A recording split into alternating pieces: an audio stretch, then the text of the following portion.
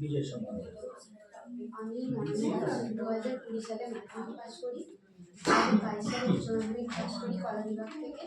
এরপর 22-24 শিক্ষাবর্ষে ডিগ্রি করি এবং বর্তমানে আমি ব্রিটিশ ওপেন ইউনিভার্সিটির আন্ডারে পড়াশোনা করছি। কোথা থেকে ডিএড করেছো? গঙ্গানগর শিক্ষা মন্দির। ডিএড এর ফুল ফর্ম কি? Diploma in elementary education. কোন সাবজেক্ট ভালো লাগে? ইভিএস। ইভিএস পরিবেশ, তাই তো? জল কিভাবে হয়, অশুদ্ধ হয়, দূষিত হয়? জল দূষিত হয় মানুষের দ্বারা, মানুষের কার্যকলাপের ফলে এই জলটা দূষিত হয়ে থাকে বিশেষত, যেমন রাসায়নিক পদার্থ পরিবেশ ছাড়া প্লাস্টিক করে, তারপরে মৃতদেহ করে। গাছ কোন গ্যাসটা সর্বদা নেয়? কোন গ্যাস সর্বদা নেয়?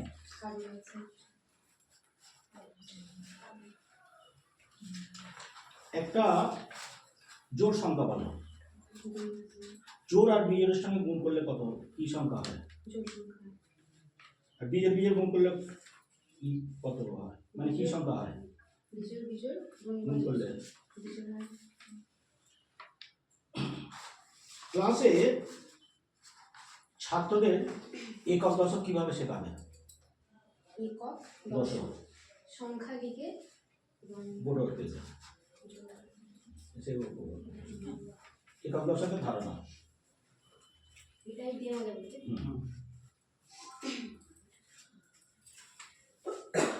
গুড মর্নিং স্টুডেন্টস, তোমরা সবাই কেমন আছো?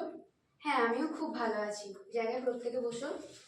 আচ্ছা, গতদিন ক্লাসে তোমাদেরকে কি পড়ানো হয়েছিল বলো তো? সংখ্যা পড়িয়েছিলাম তো, মনে আছে? সংখ্যাগুলো আমরা শুধু শিখেছিলাম, তাই তো? আজকে আমরা অন্য একটু জিনিস শিখব। আজকে আমরা শিখব একক এবং দশক, অর্থাৎ এদের মান, যেটাকে আমরা বলি ভ্যালু ইংরেজিতে।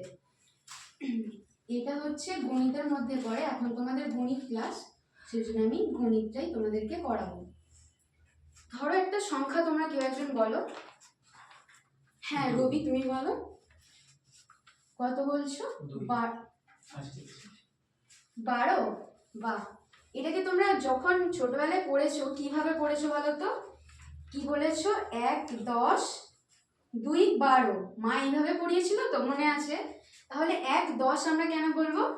1, 10 মানে হচ্ছে একটা 10 এবং তার সাথে 2, 12 হচ্ছে। এই যে 1, 10 এটাকে আমরা কি করে বোঝাই? এইভাবে লিখে বোঝাই। একক মানে 1, মানে দশক মানে হচ্ছে দশক, অর্থাৎ এই ঘরের সংখ্যাটা যেটা বসবে তার মান হবে 10। এখানে যদি আমরা 32 লিখি, ছোটবেলায় পড়েছি 3, 10, 2, 32। তখন আমরা কিভাবে পড়বো? 3, 10 মানে হচ্ছে 3টে 10। 3টে 10 যোগ করলে কত হয়? 30, এবং তার সাথে 2 যোগ করলে হয় 32, তাই তো? এইভাবে কিন্তু এগুলো হয়। এরপর একক আছে, দশক আছে, শতক আছে, হাজার আছে। এইভাবে একক, দশক, শতক, হাজার, নিযুত, লক্ষ, অযুত, কোটি এইভাবে আছে। পরপর আমরা শিখবো। আপাতত আমরা আজকে একক এবং দশকটা শিখলাম।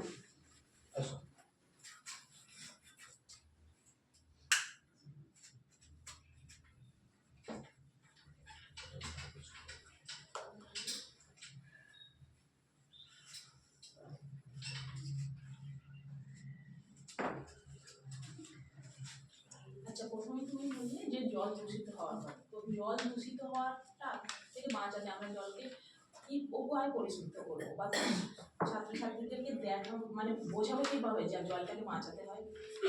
জলটা কিভাবে বাঁচাতে হয় কি করে বোঝাবো? প্রথমে তো আমার মতে ইভিএস পড়াতে গেলে তাদেরকে প্র্যাকটিক্যালি দেখাতে হয়, মানে পরিবেশের উপাদানগুলোকে দেখাতে হবে। আমি আমার বিদ্যালয়ের আশেপাশের পরিবেশে যে পুকুর অথবা নালা নর্দমা আছে সেগুলো দেখিয়ে বোঝাই।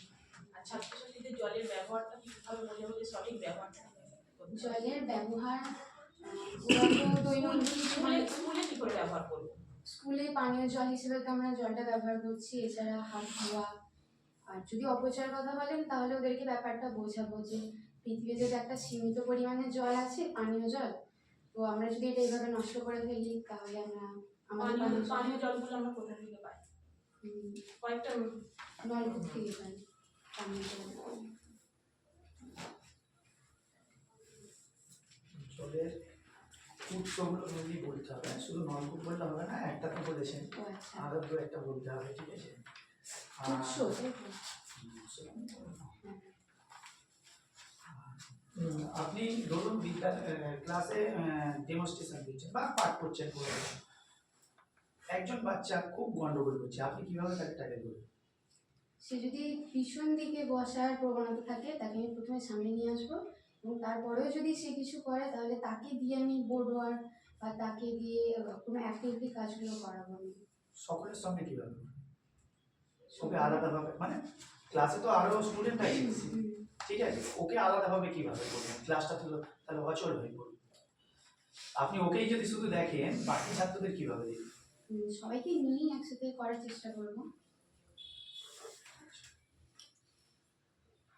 আপনি জাতীয় শিক্ষানীতি সম্বন্ধে কিছু বলুন। কত সালে প্রথম ধাপ শুরু হয়েছে? প্রথম ধাপ জাতীয় এনইপির ফুল ফর্ম জানেন? National education policy. কত সালে শুরু হয়েছে? ওটা শুরু হয়েছিল 1968। চেয়ারম্যান কে ছিলেন? সেই সময়